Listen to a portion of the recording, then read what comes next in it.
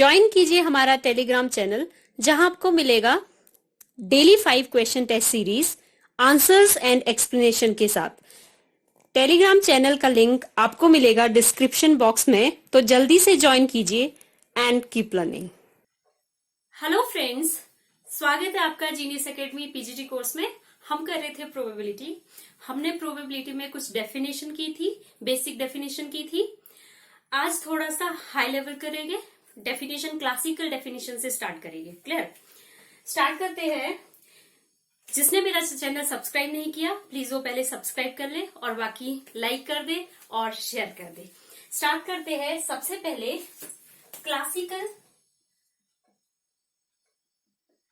Classical definition of probability. Classical definition of probability. सबसे पहले ये क्या होता है, आपको पता है कि अगर मैं बोलूं m number of favourable cases of any event. कोई इवेंट ले लो, E या फिर A। Clear? Number of favourable cases of any event. N ले लेते हैं number of total number of cases. N ले लेते हैं total number of cases, total number of cases. M आपका फेवरेबल नंबर ऑफ केसेस है, number of favourable cases, and N आपका total number of cases है। तो प्रोबेबिलिटी किस event का? Of any event. इवेंट आपके पास क्या है? A। तो प्रोबेबिलिटी ऑफ A क्या हुआ आपका? Favourable cases over total number of cases.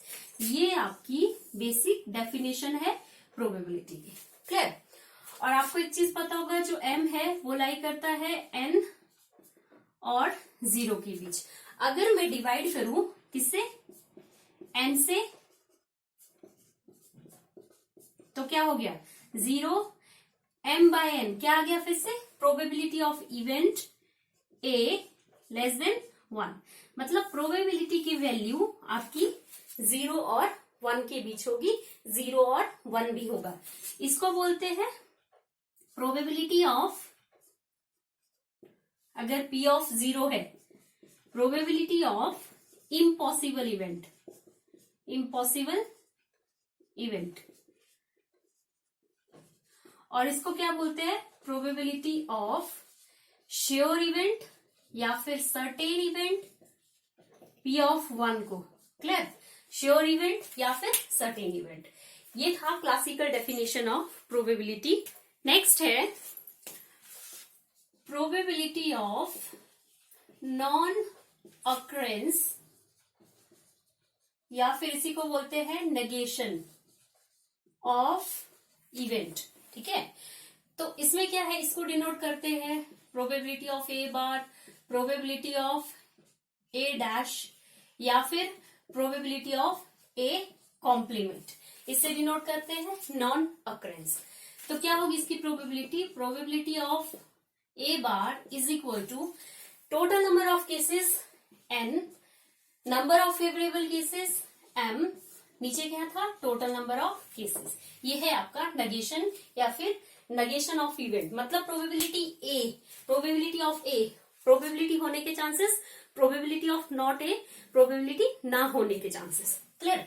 तो इससे अगर मैं N कॉमन लू तो 1 minus M by N, N cancel, तो ये हुआ P of A not 1 minus M over N। M over N क्या होता है? Probability of A। क्लियर? तो ये हुआ probability of not A 1 minus probability of occurrence. मतलब probability of non occurrence 1 minus probability of occurrence of event A। यहां भी event A। दो मतलब इससे एक और रिजल्ट आता है P of A bar, P of A is equal to 1। ये भी काफी इंपॉर्टेंट है। Clear? Probability of occurrence of event A, probability of non occurrence of event A का जो सम है वो किसके इक्वल होता है? 1 के इक्वल। तो ये थी क्लासिकल डेफिनेशन ऑफ प्रोबेबिलिटी और ये था probability of non occurrence. Next है odds in favour, odds in favour, और एक होता है ऑड्स अगेंस्ट। सबसे पहले ये क्या है, इसमें होता है number of favourable cases. Favour है, ऑड्स इन फेवर किसके इक्वल है, number of favourable cases of over number of unfavourable cases, number of favourable cases और over number of unfavourable cases. अब देखिए नंबर ऑफ फेवरेबल जो cases हम denote करते थे एम से, अनफेवरेबल क्या होगा, अनफेवरेबल केसेस हो गए मेरे टोटल केसेस जो होते थे नीचे, over total cases minus favourable cases. Clear, इसको ऐसे भी पढ़ते हैं, number of cases in favour, number of cases in against. Clear, तो ये देखो नंबर ऑफ फेवर या फिर नंबर ऑफ अगेंस्ट कितने हो गए, टोटल माइनस फेवर। टोटल कितना था m और ये था m माइनस n। तो अगर मैं इसको डिनोमिनेटर को ऐसे कर दूं n से, यहां भी कर दिया n से, तो ये हो गया m बाय n और यहां से n 1 minus m over n, यहाँ नीचे थे n, ये कट, तो ये कितना आ गया, प्रोबेबिलिटी ऑफ a या इवेंट e, चलिए, और ये क्या 1 minus probability of event e, तो ये क्या था प्रोबेबिलिटी ऑफ e और ये था प्रोबेबिलिटी ऑफ e बार। तो आ गया, तो सिंपल ऑड्स इन फेवर क्या होगा, number of favourable cases, number of unfavourable cases. ये अक्रेंस है, ये नॉन अक्रेंस है। सिमिलरली ये वाला जो होगा आपका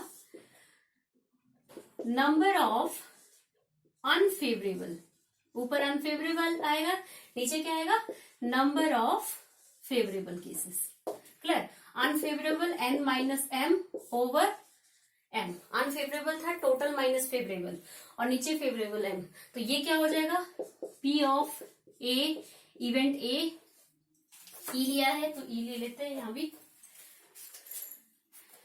probability of event non occurrence and ये है अक्रेंस वाली।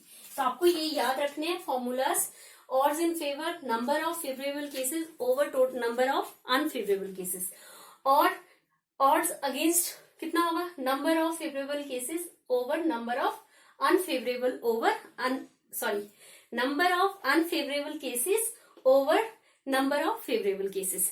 और जो टोटल केसेस होते हैं, टोटल केसेस क्या होते हैं, फेवरेबल प्लस अनफेवरेबल। तो ये odds in favour and odds against, ये आपको याद रखना है डेफिनेशन में। नेक्स्ट देखिए एल्जेब्रा ऑफ इवेंट्स। अब हम कुछ वर्बल डिस्क्रिप्शन, मतलब किस चीज को कैसे पढ़ते हैं लैंग्वेज की फॉर्म में, और इक्विवेलेंट सेट क्या है उसके और लिखते कैसे है, क्लियर, वो पढ़ेंगे। जैसे फर्स्ट है नॉट ए। नॉट ए मतलब अभी बताया कॉम्प्लीमेंट ऑफ ए, या फिर ए बार, या फिर ये ए डैश है, ये कॉम्प्लीमेंट है, ये ए बार है। तो अगर इसकी प्रोबेबिलिटी भी करना है तो क्या पी लगा दो, P. Clear, probability of not A, ये लिखते इक्विवेलेंट सेट इसको, और पढ़ेंगे इसको नॉट ए। सेकंड है ए और बी, ए और बी। तो इसको जो लिखने का सबसे पहले है probability of occurrence of events A or B or both, probability of occurrence of event A or B or both, या फिर probability of occurrence of at least one of A or B, probability of occurrence of at least one event A और B। ठीक है, यहां भी event है,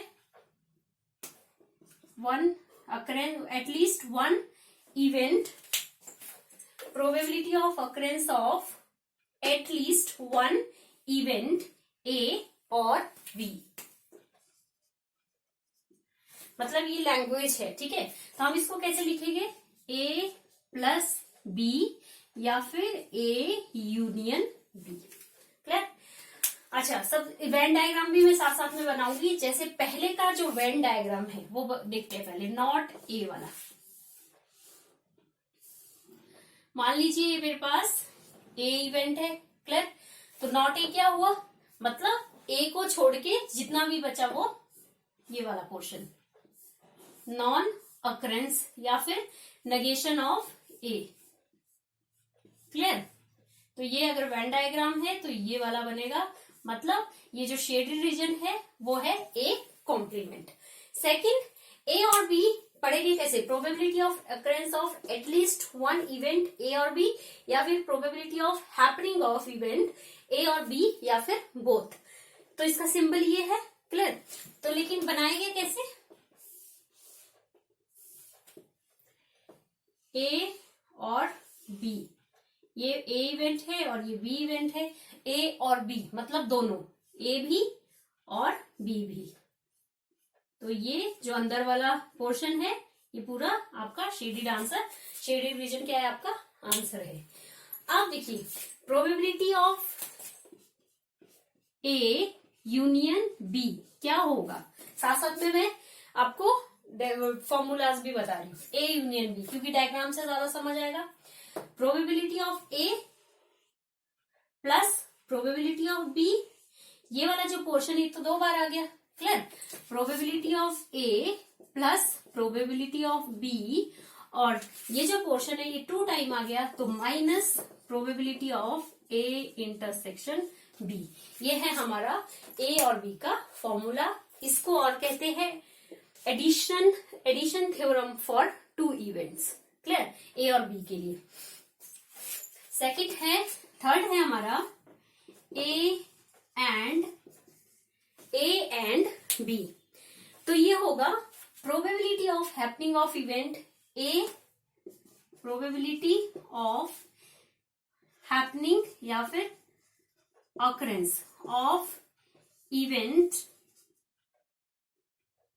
both, probability of happening of events A and B together, language है इसकी, या फिर simultaneously occurrence of A and B, simultaneously occurrence of A and B, clear. लिख लो simultaneous occurrence of A and B, इसको यही बोल सकते हैं probability of happening of events A and B together. तो इसका जो सिंबल है वो है ए इंटरसेक्शन बी, क्लियर। तो अब probability A intersection B, probability की फॉर्म में ऐसे लिखेंगे।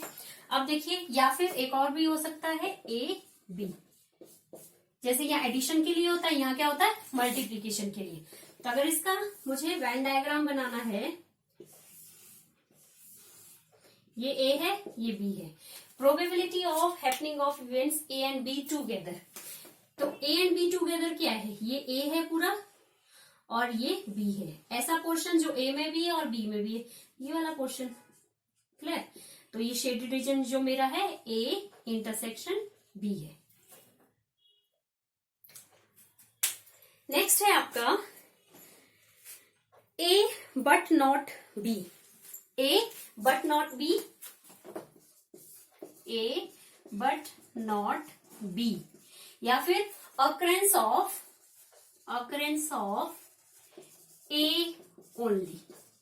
सेकंड बिल्कुल इसका opposite, B but not A, या फिर occurrence of B only, clear. पहले फर्स्ट वाला देखिए, fourth part, A but not B, A होगा पर B नहीं होगा, ठीक है, उसके ऊपर बार लगा दिया, ये है उसका सिंबल, क्लियर। साथ में प्रोबेबिलिटी भी लिख दिया। एंड नेक्स्ट वाले का बी है बट ए नहीं है, तो मतलब ए नहीं है बट बी है, तो ए बार बट बी है, क्लियर। अब देखिए, सबसे पहले तो इसका आप वेन डायग्राम देखिए दोनों का। पहले वाले का क्या होगा, ये ए है, ये वाला बी है, ए है पर बी नहीं है, तो बी नहीं है मतलब ये बी है इतना, तो ए है सिर्फ only A, occurrence of only A. ये जो शेडेड रीजन है आपका ये है ए बट नॉट बी।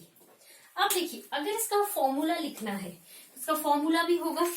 कैसे आएगा ये शेडेड रीजन? ये क्या है? ए से ये वाला पोर्शन, ठीक है, ए से ए इंटरसेक्शन बी माइनस कर दो, मतलब प्रोबेबिलिटी ऑफ, आ गया ये वाला, probability of A minus probability of A intersection B. ये आपका A but not B. Clear? Clear? या फिर occurrence of A only. Next वाला, नेक्स्ट देखिए, बी बट नॉट ए।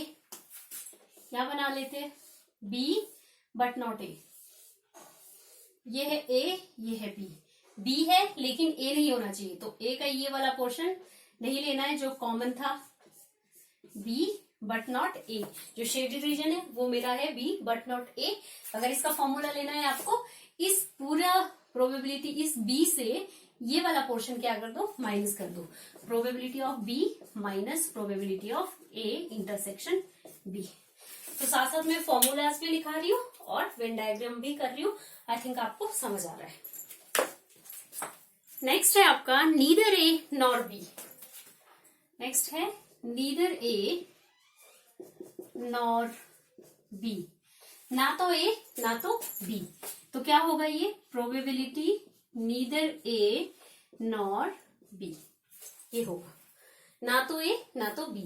अब देखिए सबसे पहले वेन डायग्राम करते हैं।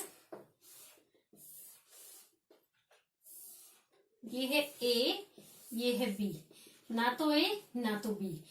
ये ए है, ये बी है। क्लियर? ना ए ना बी, तो ए और बी को छोड़ के कौन सा पोर्शन बचा? ये वाला। ना तो मुझे ए चाहिए ना बी चाहिए। नीदर ए नॉर बी, ये जो बाहर वाला पोर्शन है ये आपका शेडेड रीजन है, ये आपका आंसर है।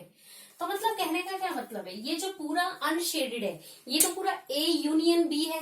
तो मतलब मैं ऐसे लिख सकती हूँ, probability of A union B को छोड़ के जितना भी है आपका वो मेरा शेडेड, वो क्या है? Neither A nor B. या फिर इसको मैं ऐसे लिख सकती हूँ 1 minus probability of A union B.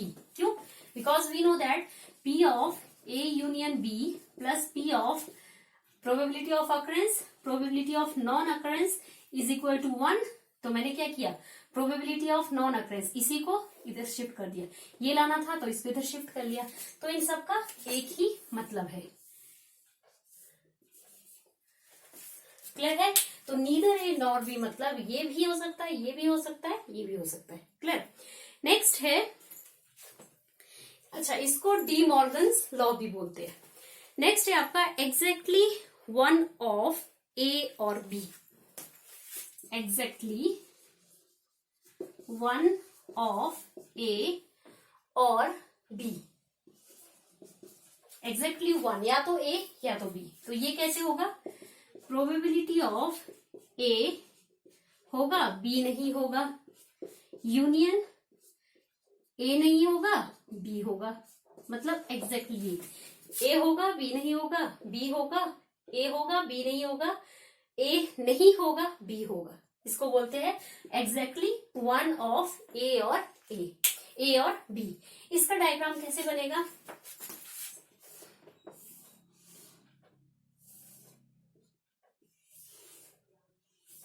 ये आपका ए है, ये आपका बी है। ए है पर बी नहीं है। देखिए ए है पर बी नहीं है, तो मतलब ए तो पूरा है, ये वाला है, बट इसमें बी वाला पोर्शन भी है।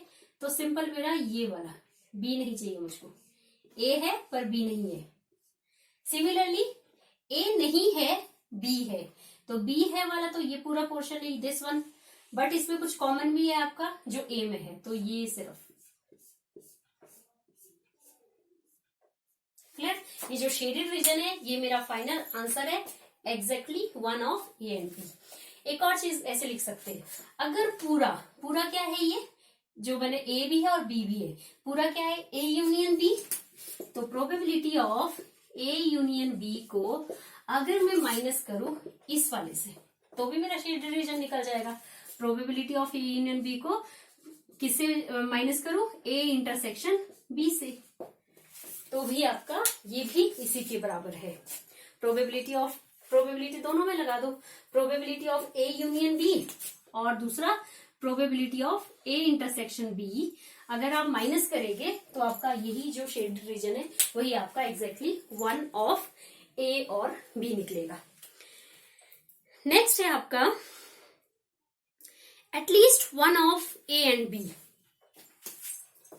ए किसी चीज को ऐसे लिखते हैं ए सिमेट्री बी, उसको भी यही कहते हैं एग्जैक्टली 1 ऑफ ए और बी, सेम फॉर्मूला है, इसलिए मैं यहां पे नहीं बता रही। इसको डेल्टा बोलते हैं, डेल्टा।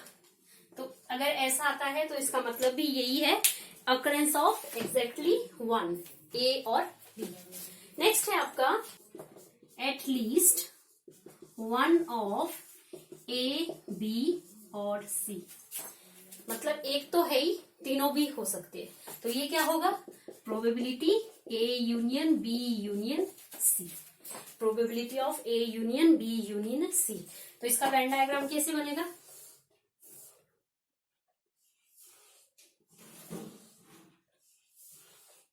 ये 3 है मेरे ए बी सी, ये वाला ए था, ये था बी, ये था सी। तो क्या एटलीस्ट 1 ऑफ ए बी और सी, या तो ए या तो बी या तो सी।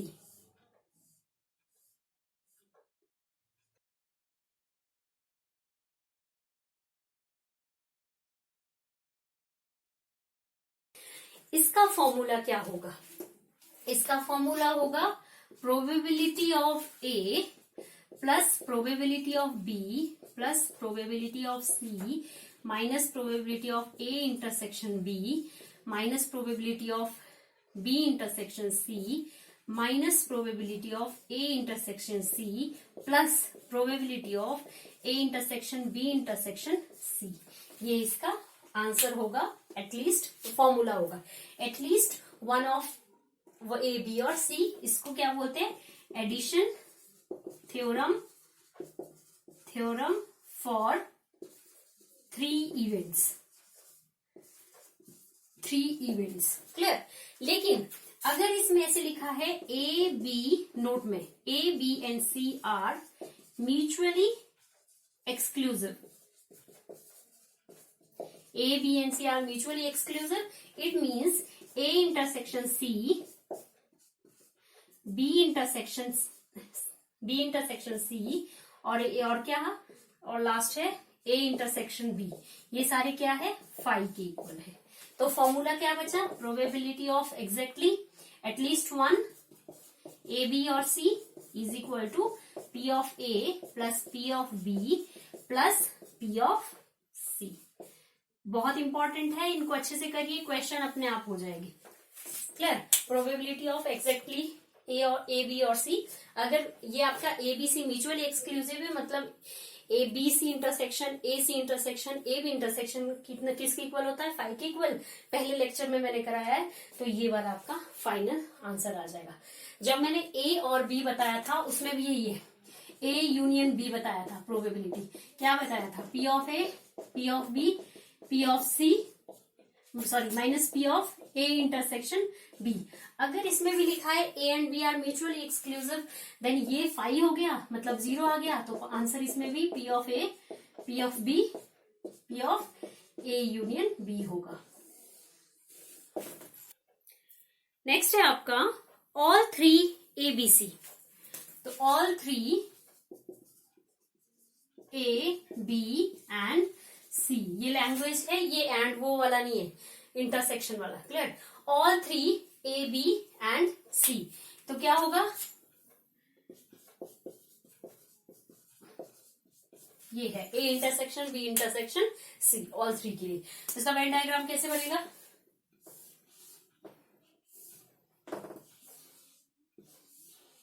ए बी और ये ले लो यहां से सी, क्लियर।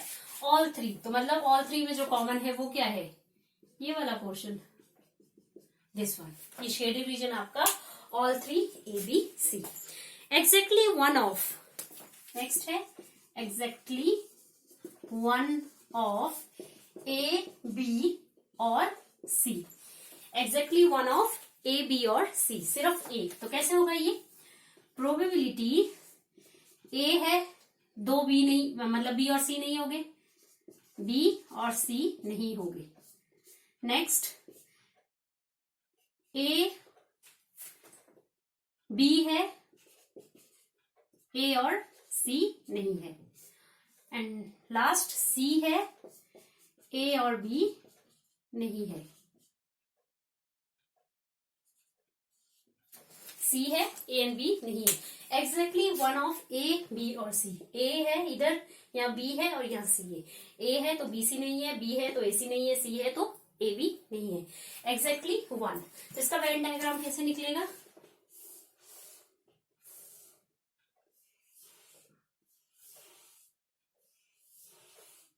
ये ए है, ये बी है, ये सी है। ए है तो बी सी नहीं है, तो बी और सी का जो पोर्शन है वो हटा दो, ये वाला होगा। ए है तो बी सी नहीं है, बी है तो ए सी नहीं है, तो ए सी का पोर्शन जो है वो नहीं लेना आपको। एंड सी है बट ए बी नहीं है। ये आपका shaded region final answer. I think आपको ये क्लियर हो गया। अगर आए exactly two of A, B और सी, तो उसको कैसे लिखेंगे? Equivalent set. एग्जैक्टली टू है, प्रोबेबिलिटी ए और बी है, सी नहीं है। क्लियर? यूनियन। नेक्स्ट क्या होगा? एग्जैक्टली टू ए बी ले लिए, अब आप ए सी ले लीजिए, बी नहीं लिया। अब लास्ट ए नहीं है, बी सी ले लो। एग्जैक्टली टू, मतलब यहाँ पे ए बी है, यहाँ पे ए सी है और यहाँ पे बी सी है।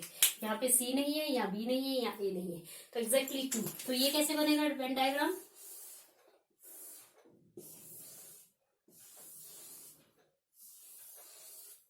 एग्जैक्टली टू, ये आपका ए है, ये बी है, ये सी है।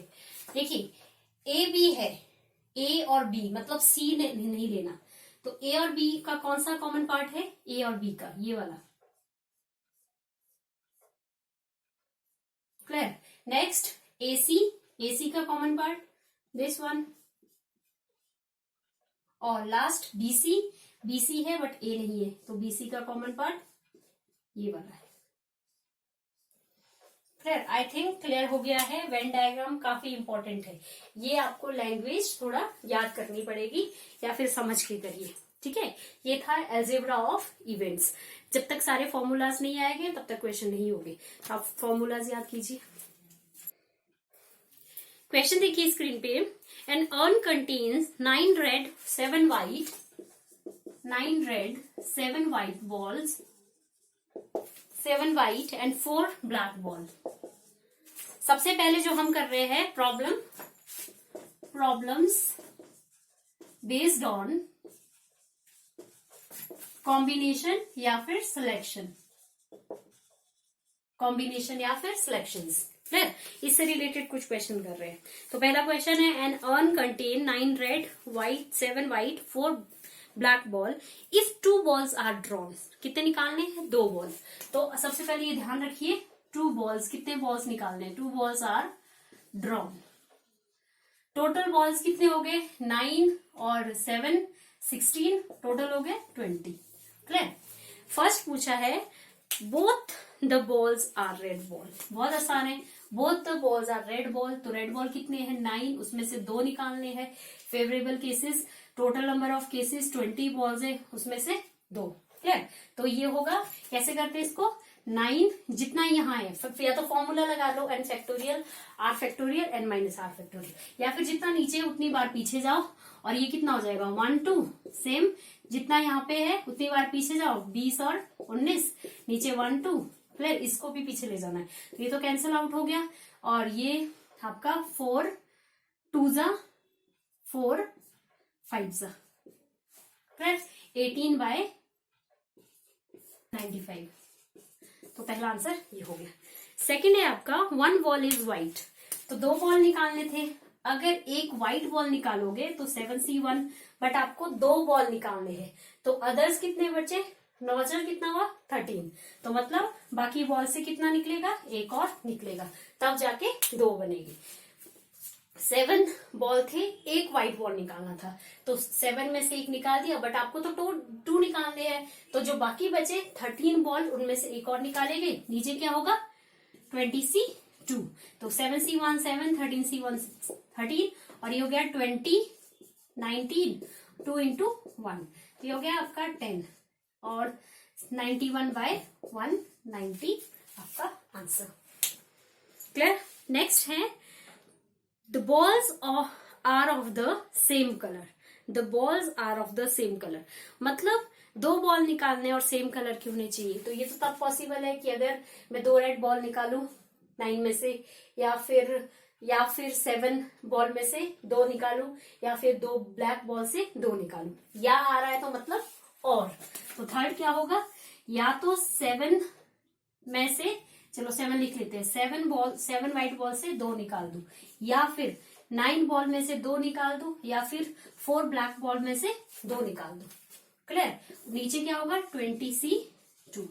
तो अब ये फॉर्मूला ये तो सॉल्व कर सकते हैं। 7 को 2 बार पीछे ले जाओ 1 into 2, 9 को 2 बार पीछे ले जाओ 2 into 1, प्लस 4 को 2 बार पीछे ले जाओ, ये भी 2 into 1, ओवर 20 19 2 बार पीछे ले जाओ, ठीक है।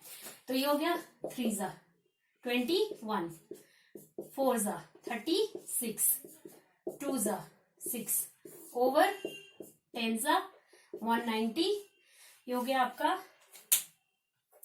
7 और 5 57 और 63 आपका final answer. I think clear है। एक और बचता है, 1 is white and other is red। तो ये भी आसान है। व्हाइट बॉल कितने थे 7, तो एक व्हाइट बॉल वहां से ले लो, मतलब एक बॉल व्हाइट से ले लो, एंड अदर इज रेड, तो दूसरा किससे मिलेगा, रेड बॉल से ले लेंगे। तो टोटल बॉल्स कितने हो गए 2 हो गए, और नीचे क्या हो जाएगा 20C2। तो फोर्थ का जो होगा ये होगा 7, ये होगा 9, ये वही आया 7 9, और ये कितना हुआ 190, 63/90 आपका फाइनल आंसर। बस मेरा ये कभी कभी ये काफी लेंथी हो जाता है, तो मेरा मोटो है कि आपको करना कैसे। तो हम कर रहे हैं प्रॉब्लम बेस्ड ऑन कॉम्बिनेशन। पहला हो गया, क्लियर है। नेक्स्ट देखिए, a box contain 10 red marbles 20 blue, 10 red marbles and 20 blue colour की एक बॉक्स में है, एंड 30 ग्रीन है। क्लियर। एंड नेक्स्ट लिखा है 5 marbles are drawn at random from the box, मतलब 5 निकालने हैं। अब ध्यान रखिए, what is the probability, first है ऑल विल बी ब्लू, 5 निकालने हैं, तो कितने ब्लू बॉल है 20C5 over total probability number of favourable cases upon total number of cases 20 30 और 60, कितना हुआ 60 हो गया, तो मतलब 60 में से 5, क्योंकि 5 बॉल निकालने थे। तो अब ये काफी, अगर आपको करना है तो 20 को 5 टाइम, मतलब पीछे 5 बार जाना है, 20 19 18 17 16 इस तरह। क्लियर। ये भी 60 59 58 57 ऐसे सॉल्व करना है। नेक्स्ट क्या होगा, second, at least 1 will be green. अब एटलीस्ट 1 विल बी ग्रीन का क्या मतलब है, probability at least 1 will be green. या तो एक बहुत ज्यादा लंबा हो सकता है, कैसे हो सकता है, ग्रीन कितने हैं, देखिए ग्रीन है आपके पास 30, अदर्स बॉल कितने बचे, अदर बचे 20 और 10 30 बचे, मतलब एटलीस्ट 1 लिखा है ना, एटलीस्ट 1 विल बी ग्रीन, ठीक है। तो एक ग्रीन होगा, टोटल कितने 5 उठाने, 2 हो सकता है, 3 हो सकता है, 4 हो सकता है, 5 हो सकता है। क्लियर। मतलब एटलीस्ट 1 ग्रीन, और ये कौन से बॉल है, अदर्स बॉल। तो अगर एक पहला एटलीस्ट 1 उठाएंगे आप, दूसरा क्या होगा, टोटल कितना होना चाहिए 5 बॉल, ये 4 होगा, ये 3 होगा, ये 2 होगा, ये 1 होगा, और ये 0 होगा। तो अगर मैं लिखूंगी कितना लंबा जाएगा 30C1 multiply 30C4 plus next line में आते प्लस होता है, फिर 30C2 प्लस 30C3 इस तरह, फिर 30C3 plus 30C2 multiply sorry, फिर plus 30C4 multiply 30C1 plus 30C4 multiply 30C0, इतना ज्यादा होगा ओवर जितना भी है 60C5। या तो ऐसे करते हैं, या फिर जब भी एटलीस्ट वाला कंसेप्ट आए, at least one will be green, तो होगा 1 minus probability of no ball is green. अगर यहां होता एटलीस्ट 5 ग्रीन, तो मैं करती 1 minus probability of at most 5 green. अगर 5 होता तब at most 5, 1 minus at most 4। और अगर सिंपल है कि एक ग्रीन नहीं है तो मतलब कोई भी ग्रीन नहीं है, तो 1 minus no ball is green की प्रोबेबिलिटी। तो ग्रीन तो ये है, ये कितने बचे 30C5 लेना है, 60C5, ये तो प्रोबेबिलिटी है नो बॉल ग्रीन की, उसको 1 से माइनस करोगे तो वो एटलीस्ट 1 ग्रीन आ जाएगा। मैंने बोला था probability of occurrence, probability of non occurrence is equal to 1 आता है, तो ये आपको पता होना चाहिए। क्लियर। नेक्स्ट देखिए, 4 cards are drawn at random from a pack of 52 cards. Find the probability of getting.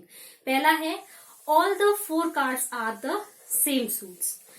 तो आपको पता है मैंने प्रोबेबिलिटी का सारा जो भी कार्ड्स के बारे में सारी इंफॉर्मेशन फर्स्ट लेक्चर में दी हुई है। पहला कहा है all the 4 cards same suit, तो कितने टोटल कितने सूट्स होते हैं 4। क्लियर। 13 हार्ट, 13 डायमंड, 13 क्लब, 13 और क्या होता है स्पेड। क्लियर। तो मतलब 4 निकालने हैं, but all the 4 cards from the same suit, मतलब अगर ये हार्ट से निकले 4 कार्ड तो 13 हार्ट कार्ड है। क्लियर। और या तो फिर स्पेड से निकलेंगे, या फिर क्लब से निकलेंगे, या फिर डायमंड से निकलेंगे। क्लियर। और टोटल 52C4 4 कार्ड निकालने, तो ये कितने टाइम्स हुआ 4 टाइम्स 13C4 52C4, ये आपका फाइनल आंसर है। अब सॉल्व करना है। Next, all the 4 cards are the same number. Same number कैसे, या तो 4 कार्ड, पहला कार्ड क्या होता है एस, 4 कार्ड यही हो गए, या फिर 4 कार्ड ये होगा, या फिर 4 कार्ड किंग हो गए। किंग कितने होते हैं 4, तो 4 कार्ड यही है। क्लियर।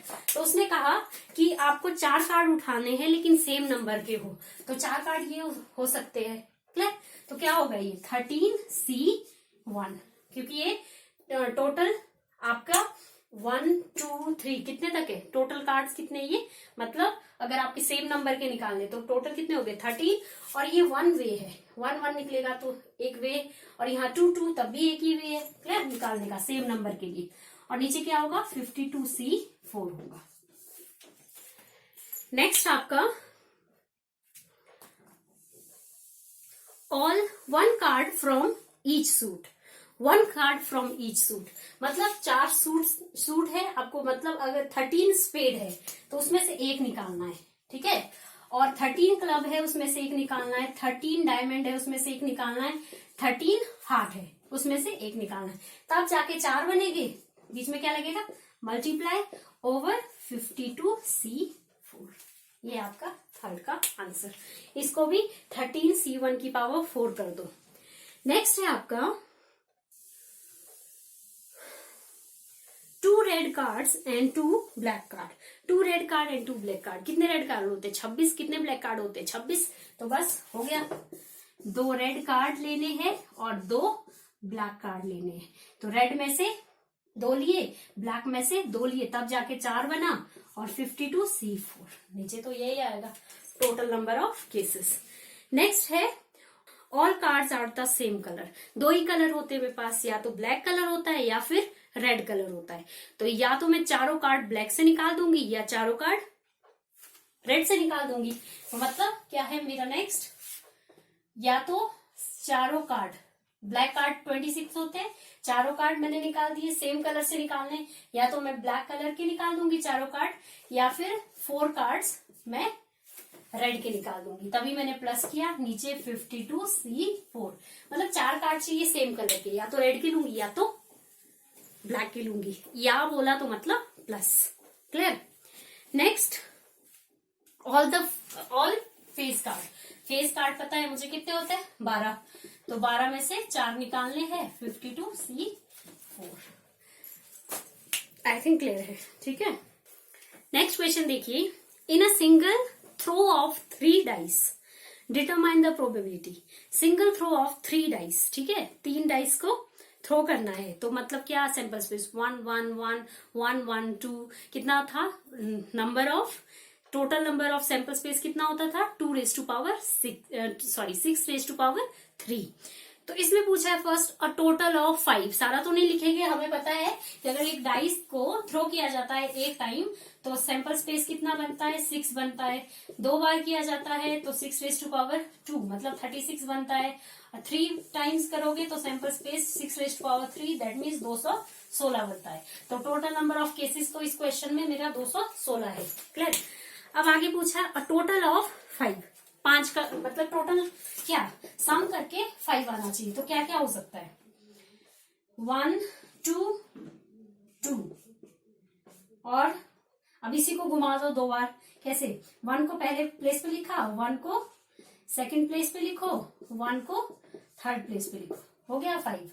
और किससे 5 हो सकता है 1 1 एंड 3, हो गया 4 5। इसी तरह 3 को लास्ट में लिखा है तो 3 को सेकंड में लिखो, अब 3 को फर्स्ट में लिखो, टोटल 5 आ रहा है करके, तो कितने केसेस है 6/216। ये है probability favourable cases upon total number of cases. Next है आपका टोटल ऑफ एटमोस्ट 5। एटमोस्ट क्या होता है, या तो उतना या फिर उससे लेस भी हो सकता है। तो एटमोस्ट 5 ये तो आएगी ही आएगी, क्योंकि एटमोस्ट 5 का मतलब है ये तो आएगी ही आएगी, क्योंकि 5 तो चाहिए ही था। और क्या क्या हो सकते हैं 1 1 1, 3 भी आ सकता है, 4 भी आ सकता है, उसका सम 5 भी आ सकता है। एटमोस्ट जितना बोला, जैसे एटमोस्ट 5 बोला तो 5 सम हो सकता है, 4 सम हो सकता है एंड 3 सम हो सकता है। 3 से कम तो नहीं हो सकता क्योंकि 1 1 1 पहला होता है। क्लियर। तो ये 1 1 1 एक हो गया। अब 4 की कोशिश करो 1 1 2, तो अब 2 को करिए 1 2 1 2 1 1, हो गया 4 ये 6 ये, कितने हुए टोटल 10/216। ये हो गया at most 5, at most sorry total of at most 5। Last है इसमें अ टोटल ऑफ एटलीस्ट 5। अभी बताया टोटल ऑफ एटलीस्ट 5 का क्या मतलब है, या तो 5 टोटल होना चाहिए उससे ऊपर, तो मैं ये तो पॉसिबल नहीं है करना, 5 तो ये है, उससे ऊपर वाले 5 6 भी सम हो सकता है, 7 भी सम, 8 भी सम, 9 भी सम, वो कैसे करूंगी, ठीक है, इतना ज्यादा टाइम लगेगा। तो मैंने क्या कहा था थर्ड वाला probability at least total of 5 is equal to 1 minus, यहाँ कितने 5, प्रोबेबिलिटी ऑफ एट मोस्ट, इससे कम कर दो एट मोस्ट 4। क्लियर। 1 से माइनस करना है, एटलीस्ट टोटल ऑफ 5 का मतलब है एटमोस्ट 4 को 1 से माइनस कर दो। एटमोस्ट 4 मतलब 4 भी और 3 भी, जितना भी बोला उससे नीचे, तो 4 सम किस में आ रहा है, इधर भी आ रहा है और 3 इधर आ रहा है, मतलब ये वाले cases.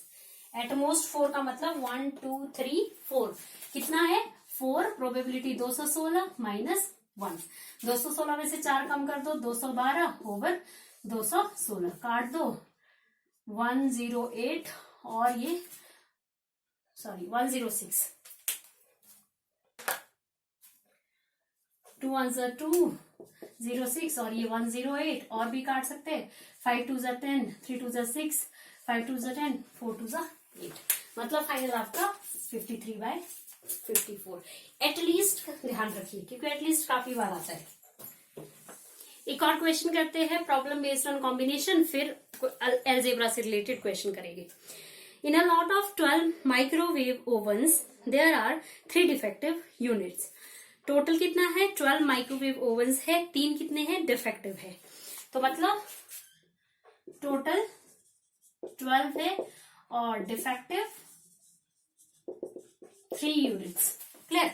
And a person has ordered 4 of these units and since each is identically packed, person ने 4 पैक करने के लिए कहा है, ऑर्डर दिए 4, और मतलब उसमें से डिफेक्टिव भी हो सकते हैं, क्योंकि क्या क्या कहा है क्वेश्चन में, each is identically packed, the selection will be random, what is the probability all 4s are good.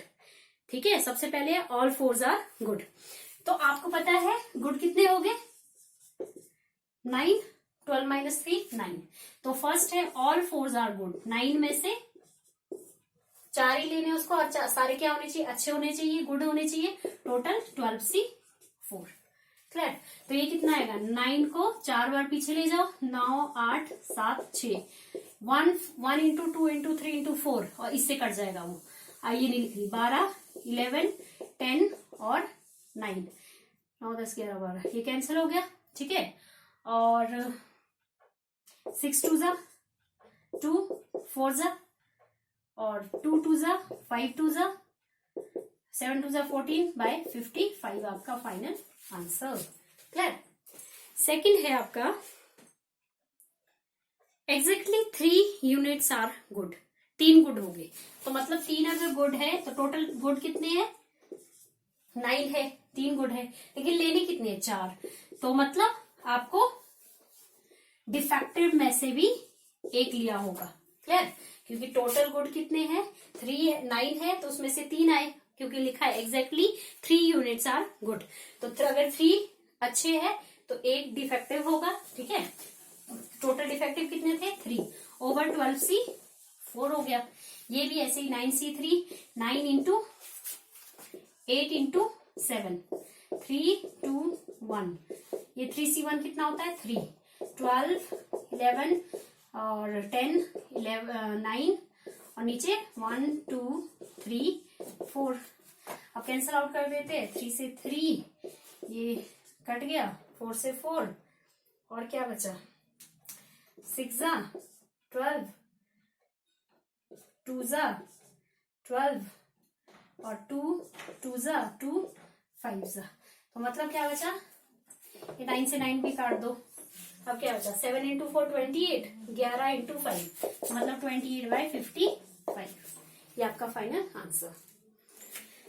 Next है आपका एटलीस्ट 2 यूनिट आर गुड, फिर से आ गया एटलीस्ट वाला, तो एटलीस्ट 2 यूनिट आर गुड मतलब 1 माइनस प्रोबेबिलिटी ऑफ एटमोस्ट 2 था ना ये, तो at most 1। Clear, at least probability of at least 2 units are good, तो मतलब 1 minus probability of at most 1 good, 1 unit good, तो क्या होगा, 1 minus probability of at least at most 1, तो एटमोस्ट 1 कितना हुआ आपका, एटलीस्ट 2 यूनिट आर गुड। ठीक है, तो इसमें क्या होगा, अगर एक ही सिर्फ आपके पास अच्छा है तो कितने टोटल, 9 है, तो 9 में से एक ही अच्छा है, लेने थे 4, तो डिफेक्टिव में से 3 चले गए, क्योंकि टोटल 4 लेने हैं, और 52C 52 नहीं 12C4। आई थिंक क्लियर है। अब कितना होगा, ये कर दो 9C, ये 9 हो गया, 3C3 कितना होता है, 3 फैक्टोरियल ओवर 0 फैक्टोर 3 फैक्टोरियल, ये भी 1 होता है, देखिए 3 फैक्टोरियल 3 फैक्टोरियल 0 फैक्टोरियल, ये भी कितना होता है 1, 12 11 10 9 1 2 3 एंड 4, तो काट दीजिए, 9 से 9 भी कट रहा है, और 6 जा, और कितना है ये 2 जा 2 2 जा 2 5 जा, मतलब 1 माइनस 11 कितना आ रहा है, तो कितना हुआ ये 11 इंटू 5 55 हुआ, मतलब 54 बाय 55 आपका at least 2 units are good. Clear है, काफी आसान है, जो भी प्रॉब्लम बेस्ड ऑन कॉम्बिनेशन है, आई थिंक आपको क्लियर है। ठीक है, नेक्स्ट क्वेश्चन देखिए, A and B are 2 mutually exclusive events of an experiment, if P not A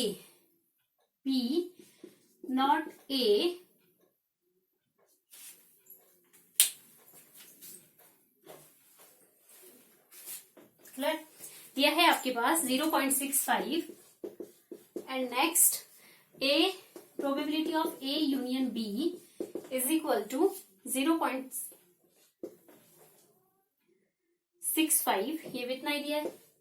and next probability of B P दिया है, find the value of P.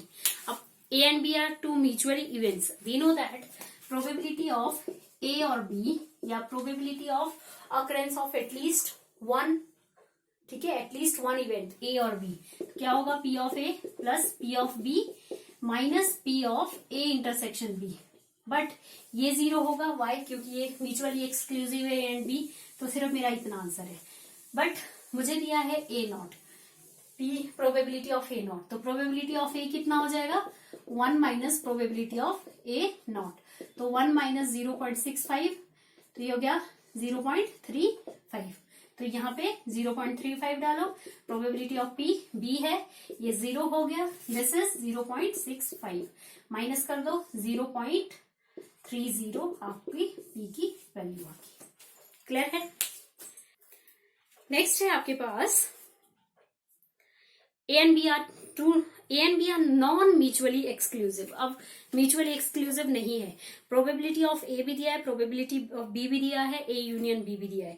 Find the A intersection, probability of A intersection B. तो we know that probability of A formula plus probability of B plus probability of union, not intersection, probability of A union B is equal to probability of A plus probability of B minus probability of A intersection B। वो कितना दिया है वही find out करना है। इस तरफ दिया है, ये कितना दिया है 1/2, 1/2 minus 1/4 minus 2/5 minus P of A U B, ये फाइंड आउट करना है। तो 10 जा 5 जा और 4 जा, तो कितना हो गया ये 20 हो गया, ये भी 20 हो गया, ये भी 20 हो गया, तो मतलब 10 माइनस 5 माइनस 8/20, तो ये 13 मतलब माइनस 3/20, तो 3/3 नहीं सॉरी यस ये 13 और 10 3/20 नेगेटिव में आ रहा है, तो वो नेगेटिव उस तरफ से कैंसल आउट कर दिया मैंने। ये फाइनल आंसर। सेकंड पार्ट है इसका, तो अब पता चल रहा है प्रोबेबिलिटी के अगर अलजेब्रा ऑफ इवेंट्स के आपको फॉर्मूले याद होने चाहिए तभी आएगा ये। नेक्स्ट है ए बट नॉट बी, इसका क्या मतलब है ए बट नॉट बी, तो क्या था probability of A but not B, तो कैसे बताया था ये ऐसे इंटरसेक्शन वेन डायग्राम से भी कर सकते हैं। प्रोबेबिलिटी ऑफ ए सिर्फ ये वाली, तो क्या फॉर्मूला है इसका, probability of A, probability of से ए से अगर मैं ये वाला पोर्शन माइनस कर दूं तो आपका आंसर यही इसका ही निकलेगा। प्रोबेबिलिटी ऑफ ए कितना है 1/4 और ये मैंने अभी निकाला है 3/20। क्लियर? इंटरसेक्शन वाला, तो ये हो गया 5 से, तो मतलब 2/20, दैट मीन्स 1/10 आपका फाइनल आंसर। नेक्स्ट है आपके पास ABC are 3 mutually exclusive and exhaustive events such that exhaustive event associated with a random experiment। सबसे पहले तो हमें पता चाहिए म्यूचुअली एक्सक्लूसिव, तो आपको पता है कि 2 का इंटरसेक्शन कितना होगा 5, और एग्जॉस्टिव इवेंट क्या है कि अगर उनका जितने भी दिए है वो उनका यूनियन करे तो वो सैंपल स्पेस के इक्वल आए। तो आपके पास एग्जॉस्टिव इवेंट का पहले पता होना चाहिए, क्या होगा, वो होगा कि A union B union C ये किसके इक्वल होता है, सैंपल स्पेस के। अगर ये दिया है तो आपका ये सैंपल स्पेस के इक्वल होगा, ठीक है, क्योंकि एग्जॉस्टिव दिया हुआ है। तो हमें अगर मैं इसकी प्रोबेबिलिटी करूं, अब प्रोबेबिलिटी किसी भी सैंपल स्पेस की कितनी होती है पूरी 1, और इसका फॉर्मूला क्या होता है, probability of occurrence of at least A B और C, क्या होता है probability of A plus probability of B plus probability of C minus probability of A intersection B, वो सब भी है लेकिन वो सब क्या है 0 है, क्योंकि यहाँ पे आएगा probability of A intersection B, ये B इंटरसेक्शन C और क्या बचा A intersection C plus probability of A intersection B intersection C, ये सब मेरा क्या होगा 0, क्योंकि ABC आर म्यूचुअली एक्सक्लूसिव। आगे क्या लिखा है, आगे दिया है P ऑफ B, बिता देते थोड़ा, P ऑफ A निकालना है आपको, और दिया है प्रोबेबिलिटी ऑफ B 3/2, और नेक्स्ट प्रोबेबिलिटी ऑफ C दिया है आपके पास half of probability of B, ये गिवन दिया है। अभी मैंने बताया कि P of A plus P of B plus P of C is equal to कितना हुआ, 1 हुआ। डाल दीजिए। अगर मैं देखिए प्रोबेबिलिटी ऑफ B को x ले लू, इसको अगर x ले लू तो प्रोबेबिलिटी ऑफ C कितना हुआ, हाफ ऑफ x, और प्रोबेबिलिटी ऑफ A कितना हुआ, प्रोबेबिलिटी ऑफ A यहां से निकालिए, ये x लिया था, ये इधर लेके आइए 2/3, और ये प्रोबेबिलिटी ऑफ A हो जाएगा। Clear? Probability of x 2x/3, LCM कीजिए, 6 बना दीजिए, इसको 2 से 4x, इसको 6 से 6x, इसको 3 से 3x, कितना हो गया 13x/6 आपका। तो मतलब प्रोबेबिलिटी ऑफ x कितना हुआ, तो प्रोबेबिलिटी ऑफ मतलब x कितना हुआ, प्रोबेबिलिटी ऑफ B, तो x/13 है यह, बट पूछा है प्रोबेबिलिटी ऑफ A, तो इसमें डालिए probability of A is equal to 2/3, और x कितना निकला है 2 सा, तो कितना हुआ 4/13, प्रोबेबिलिटी ऑफ A आपका फाइनल आंसर। क्वेश्चन में दिया था कि ABC are mutually exclusive and exhaustive event. Exhaustive होता है जब जितने भी आपके पास इवेंट दिए हैं उनका यूनियन अगर सैंपल स्पेस है, और म्यूचुअली एक्सक्लूसिव होता है A इंटरसेक्शन B, मतलब 0 होगा, या फिर ये भी 0 होगा, ये भी, क्योंकि ये इंटरसेक्शन B म्यूचुअली एक्सक्लूसिव मतलब 2 इवेंट का इंटरसेक्शन क्या होता है 5। आई थिंक क्लियर है, ठीक है। नेक्स्ट क्वेश्चन देखिए। अब इसको मैं कैसे एल्जेब्रा ऑफ इवेंट से करूंगी, देखिए 1 number is chosen from number 1 to 200, total number है मेरे 200, ठीक है। Find the probability that it is divisible by 4 और 6। प्रोबेबिलिटी निकालनी है कि डिविजिबल बाय 4 और 6, और का क्या मतलब बोला मैंने, यूनियन बोला, तो मैं A यूनियन B का फॉर्मूला लगा के इसको निकाल सकती हूँ। सबसे पहले आपको, अगर ये सैंपल स्पेस टोटल कितना है 200, A be the event selecting the number divisible by 6, तो A को ले लो कि वो डिविजिबल हो रहा है, event divisible by 6, and B be the event divisible by 4, ठीक है। A be the event that the number selected is divisible by 4 and B selected number जो है divisible by क्या होगा 4। अब सबसे पहले हम नंबर ऑफ एलिमेंट्स निकालें, सॉरी पहले ये तो बताओ कि A क्या होगा, डिविजिबल बाय 6, पहला 6 है, पहला 4 है, चलो एक ही बात है, पहला 4 है, दूसरा 6 है, तो A को मैंने 4 ले लिया, डिविजिबल बाय 4 क्या होगा 4, 4 1 जा 4, 4 2 जा 8, 4 3 जा 12, 4 4 जा 16, इस तरह से, ठीक है। 4 5 जा 20, 24, एंड फाइनल कितना होगा 200, तो होता ही है 4 से डिविजिबल। क्लियर? नेक्स्ट B क्या होगा, divisible by 6, divisible by 6 18, 24 and so on. 6 से डिविजिबल 200 नहीं होता है, तो 6 से वो डिविजिबल होता है जो 3 से भी हो और 3 से भी हो और 2 से भी हो, ठीक है।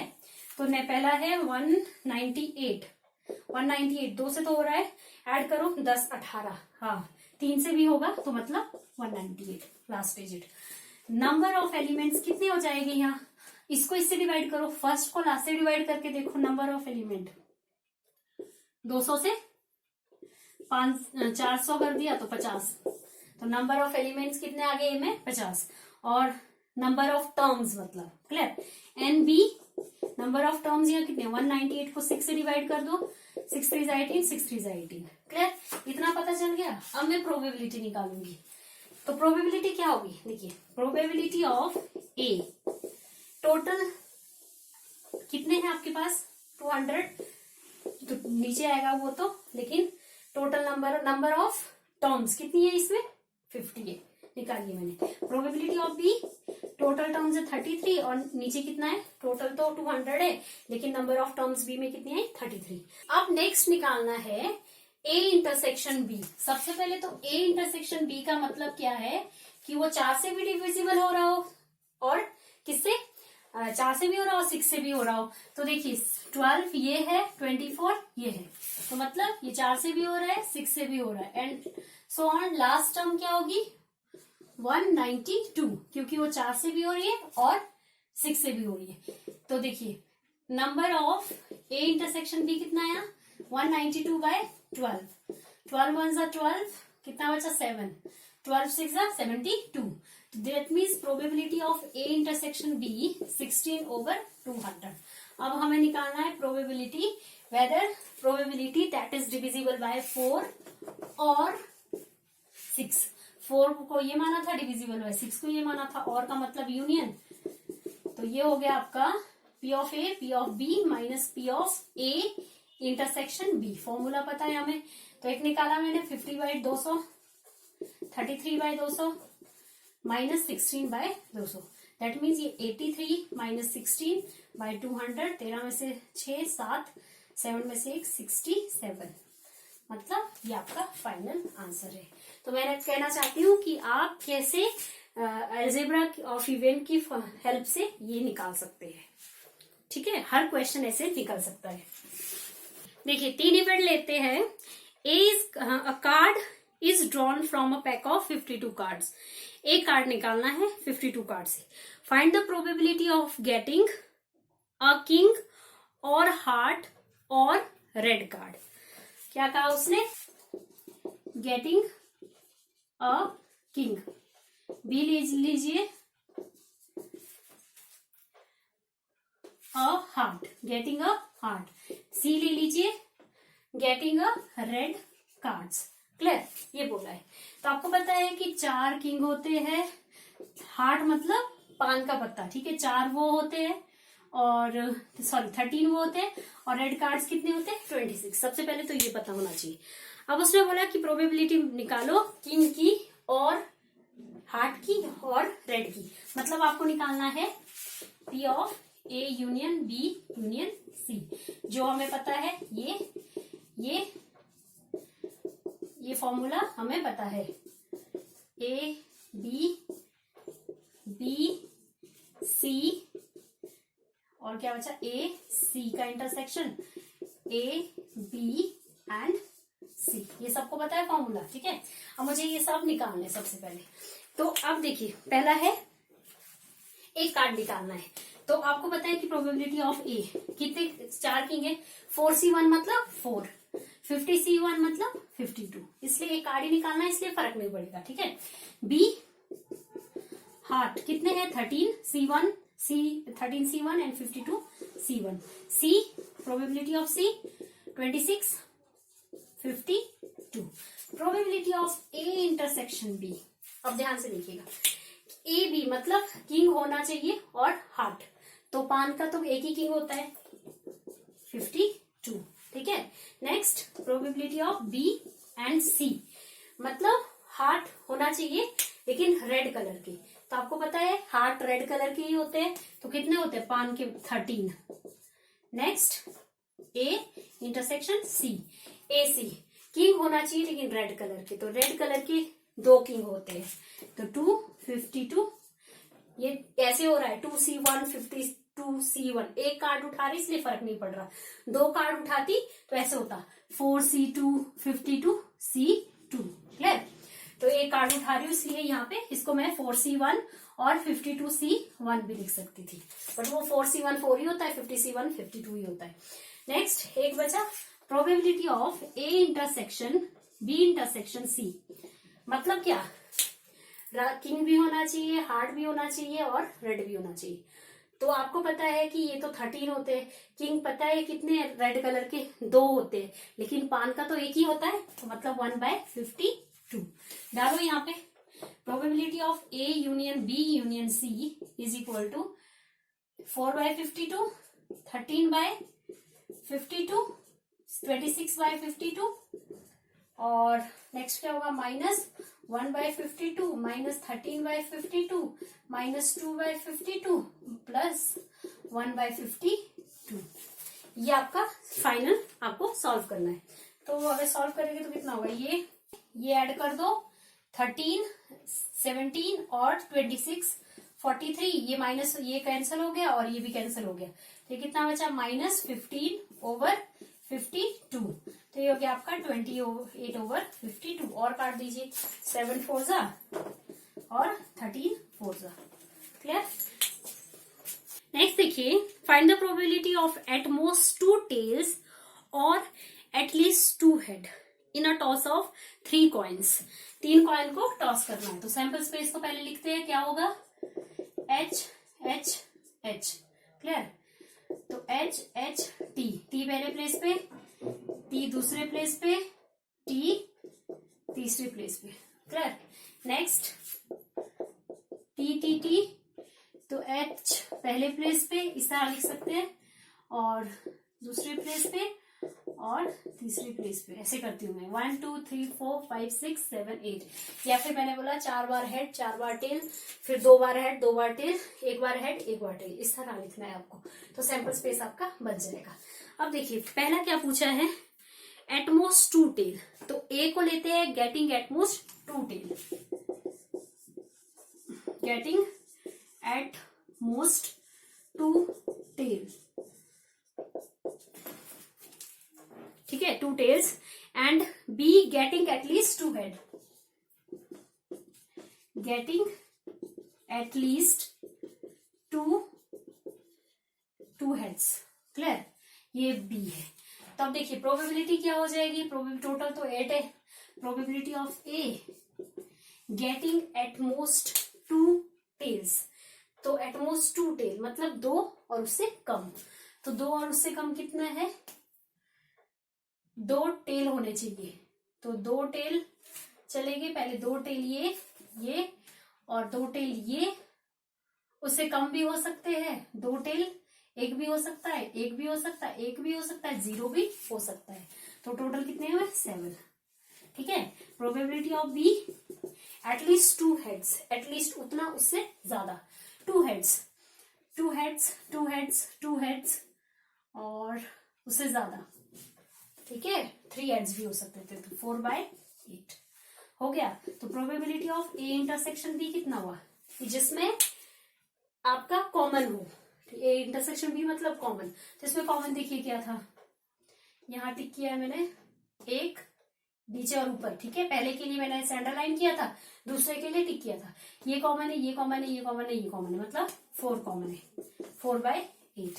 तो probability of getting at most 2 tail और getting at least 2 heads, P of A, P of B minus P of A intersection B cut, तो कितना है final answer, 7/8 is your final answer. तो मतलब अलजेब्रा से कैसे करते हैं क्वेश्चन, ये आपको पता चल गया होगा। एक लास्ट क्वेश्चन करते हैं। अब देखिए लास्ट क्वेश्चन, देखिए क्वेश्चन दिया है, in a class of 60 students 30 opted for NCC, 60 है स्टूडेंट, एनसीसी के लिए 30 हो रहे हैं, नेक्स्ट है एनएसएस के लिए 32 और बोथ के लिए 24 ऑप्टेड फॉर बोथ, ये है आपके पास, ठीक है।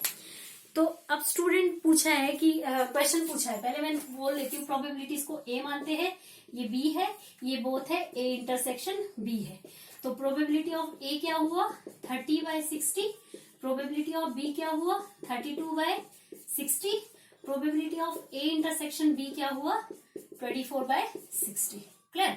फर्स्ट पूछा है स्टूडेंट्स ऑप्टेड फॉर एनसीसी और एनएसएस, और मतलब अभी बताया probability of A union B, तो P of A plus P of B minus P of A intersection B, ये हो गया 60, ये हो गया आपका, माइनस कर दो 8, 38, 19 जा और 30 जा, क्लियर, 19/30 आपका final answer.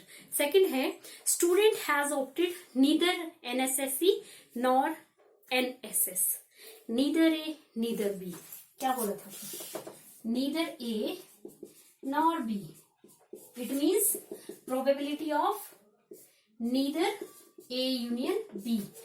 That means 1 minus probability of A union B.